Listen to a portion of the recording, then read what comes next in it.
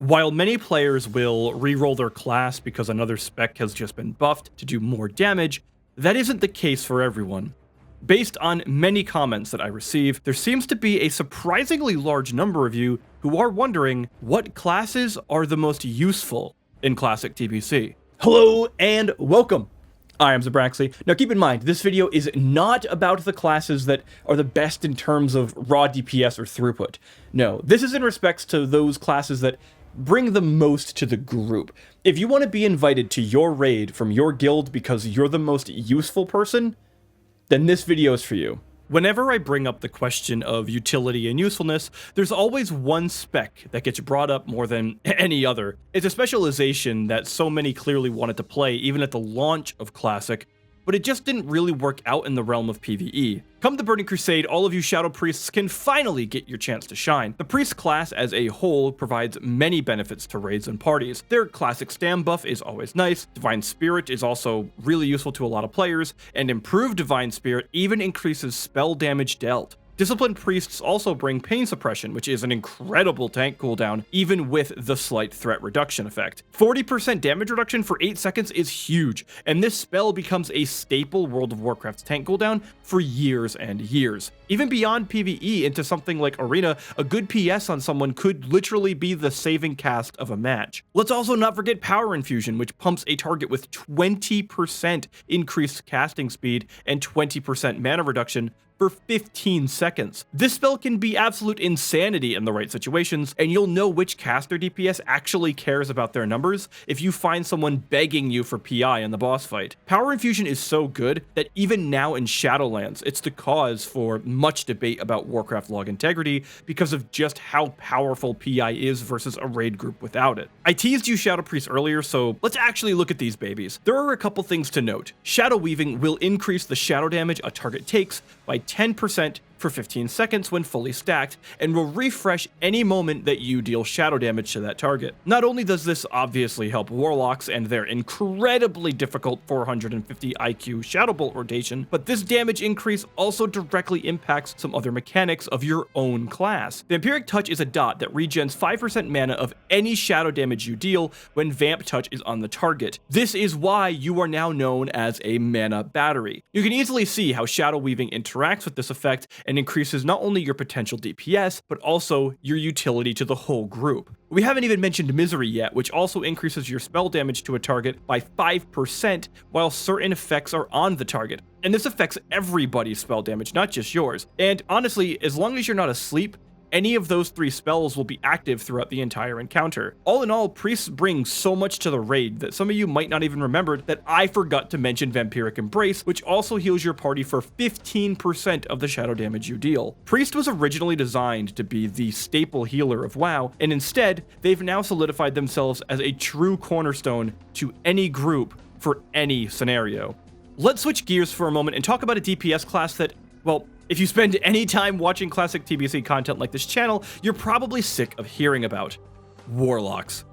Yeah, no, I'm just kidding. We're going to talk about useful classes in this video. Hunters in vanilla were in a really weird spot. They weren't particularly good at much, and raids almost never took advantage of their toolkit. Granted, if you were a great hunter in a dungeon group, then you could make almost anything possible, but that just wasn't the norm necessarily. In TBC though, things change for the hunter class. Not only are you incredible single target damage, but you bring a lot to the group that not only benefits other classes, but also compounding effects amongst fellow hunters. To kick things off talent-wise, we have True Shot Aura, though unfortunately marksmanship isn't all that powerful come Outland. What is powerful now though is the Beast Mastery tree. One of the best buffs in the game has to be Ferocious Inspiration. Every time your pet crits, and it will crit a lot if you're BM, the whole party gains 3% increased damage for 10 seconds. What's interesting to note here is that Ferocious Inspiration can stack on itself from other hunters. So if you have 3 hunters in the same party and their pets all crit, then you get a very nice 9% increased damage for the whole group. Hunter traps also really shine in TBC.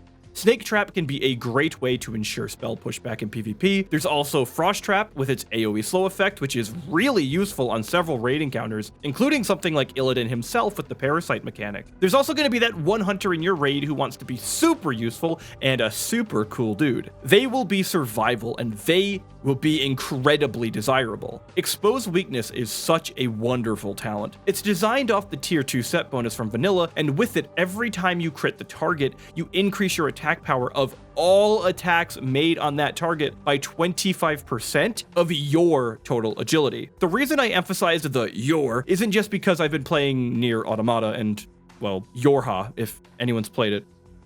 No? Alright, well, this is a bit awkward. The fact that this effect scales off of your agility means it can scale incredibly effectively. And when you combine the fact that your talents as survival reduce your total hit rating needed, it really helps ensure that your agility can be stacked higher and higher and higher for the sake of not only your own damage, but your entire group and raid. We now have to talk about Shaman because it's TBC. You cannot make a YouTube video about the Burning Crusade and not talk about Shaman.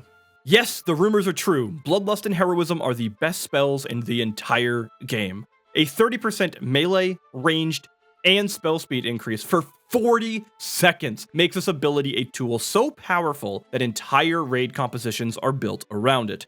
Bloodlust is so strong, and even with its upcoming nerf and future expansions where it could only be used essentially once per encounter, Blizzard still to this day intentionally designs their boss fight with this spell in mind and have tuned accordingly at times specifically to how and when players will lust. Everything else I say about Shaman is bonus to the fact that you have Bloodlust for Horde and Heroism for Alliance. This is basically all you really need to know about Shaman, so if you roll this class, yes, everyone will want you in their group. However, you truly are more useful than just Lust. Tremor Totem breaking fear mechanics that Blizzard loves to use so much, Grounding Totem eats entire mechanics like on Maiden, you have Earthbind Totem and Frost Shock which allow you to be able to lock down and kite a mob indefinitely. The totems that Shaman have at their disposal make them a genuine Swiss Army knife of support. There are even new things in TBC that they bring to make them shine even further. Totem of Wrath offering you up a group 3% additional crit and hit stat can legitimately change gearing for certain members of your raid. In fact, many caster best in slot lists account specifically for if you do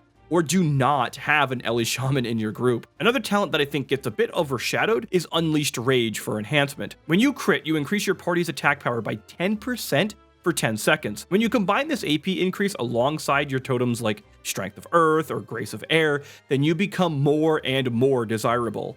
We all know that Shamans in TBC are good, but that's because, well, they're really damn good. If we've talked about Shaman, then we now have to talk about Paladin. While the Alliance benefits greatly from gaining the Shaman class, the usefulness of Paladins are also super beneficial to that of the Horde. So, what do Paladins have? Well, a lot. Their blessings alone make up for some insane stat increases that groups can be desperate to have. Blessing of Salvation's 30% threat reduction, for example, is invaluable, and arguably one of the reasons that so many believe that the Alliance has an advantage in vanilla PvE. But there are other blessings as well. Blessing of Protection is super underrated by many average players, while also being super overtly abused by those who know its true power. We also have the seals. Seal of Light and Seal of Wisdom are rightfully beloved since the debuff applied from Wisdom, for example, is a raw DPS increase to your entire raid given the mana that it returns. If you're a Retribution Paladin, then keeping up these seals is easy and efficient for your whole group. Let's also not forget that Seal of the Crusader exists, or more specifically, Improved Seal of the Crusader. You now have the ability to apply a debuff to a target that increases everyone's crit chance against them by 3%. This 3% can be a bit misleading depending on your spec, because if you're a class that greatly benefits from this, like Hunters, then 3% can be huge when it allows you to maintain other buffs or procs. And finally, the largest aspect that Paladin are mostly known for in TBC would be their insane ability to AoE tank. Protection Paladin are the best AoE tanks in the game, hands down, and AoE tanking becomes a more regular requirement than anything we have seen in vanilla. The entire Mount Hyjal raid, for example, requires consistent AoE tanking, and while a Paladin isn't necessarily required, the level of stress that is lowered by just having a Pally in the front lines is something that any raid team will find invaluable. Our last point today is on a class that I always convince myself that I will play one day, that I will get to max level eventually. It's never happened, and it probably won't ever happen in general. And it's a class that's funny, I don't even notice they're not there until I watch someone die and I ask, where's the battle res?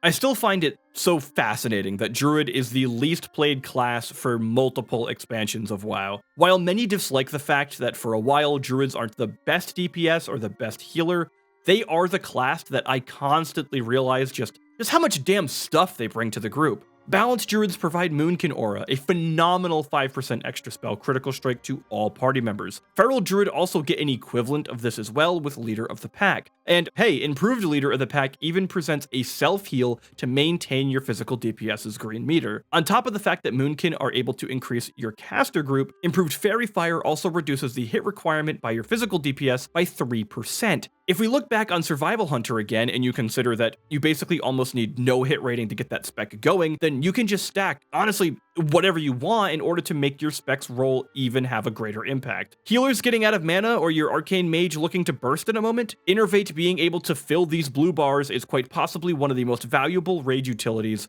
Blizzard has ever made. It's in a league of its own alongside another Druid ability, Rebirth. No one ever quite notices just how good Battle Res is until you ask for it and you realize there's no Druid around. There's this heart-sinking moment when a Battle Res is called and the response that you get is a deafening silence. We also have Tree of Life's bonus healing aura from its own form, which is pretty cool.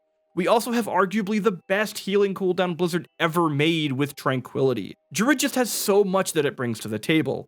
Heck, in TBC, it's even arguable that Bear is one of, if not the best tank with the right gear. What seems to be Druid's only real problem is that their own performance is rather low when compared to other classes. When you look at the meter and you see that your Druid is near the bottom, way too many people stop there and think that Druids are poor. What's really happening is all of those bars that are above the Druid are performing even better because that oranged barred class exists in your group. It's not just throughput either. The insane range of utility on a Druid might just make it one of the most useful classes World of Warcraft has ever seen. You know what else is really useful? Hitting that like and subscribe button if you thought the video was pretty good. And honestly, if you thought this video sucked, then, well, I'll try to do better, I guess, in the future. Also, I've been streaming a ton more over on twitch.tv/Sabraxi, so if you do want to come over and hang out and talk about game design and discussion and have a lot of fun, I'd love to see you there. I also have a Twitter, so if you want to hear me spout a bunch of random nonsense, or maybe read me, not hear me, but if you want to see me say a lot of crap on video games, follow me on Twitter, and it's always a blast. So I appreciate the discussion, I appreciate you watching, and I'll see you all in the next one. Bye-bye! I turn my phone up really loud so I can't hear him in real life. Oh.